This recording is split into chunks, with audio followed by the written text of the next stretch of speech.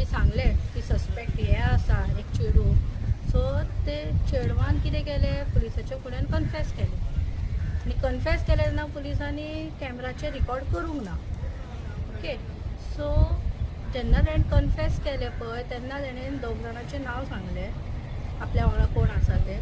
So ते चेड्याक हांगा धरून बायलेचें नांव घेतलें पळय ते चेडवान.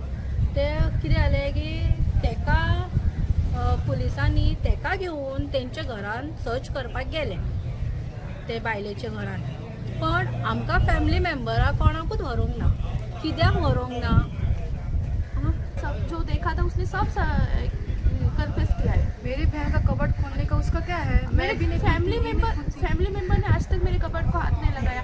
उनको चाबी मेरी कहाँ रहती है पता नहीं है. इसने कन्फेशन में बोला भी है चाबी उसने कहाँ से ली. फिर भी क्यों बोल रही है कि मौलाना के इस पे बोला? चलो मौलाना का दरगाह में तूने मौलाना के प्रेशर में बोला, उसको पता कैसे चला चाबी उसमें थी? इधर आके जब तूने बयान दिया तो पुलिस ने लिखा हुआ होगा ना, या फिर कैमरा में कैद तो हुआ होगा. And the complainant, what she's saying, that तेमच्या घरान जे चेडू येयल्लें, who is placed as accused, had come for Eid. तेमच्या घरान येवन वचपाचें तें. Her mother is working abroad and so she is staying as a PG in Mormugao.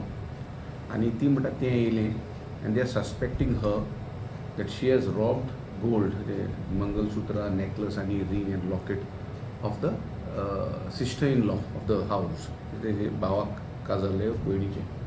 आता in all aspect we have registered the FIR and punishment was less than 7 years. We served them the notice under 41. They have complied, they are coming and we are investigating the case.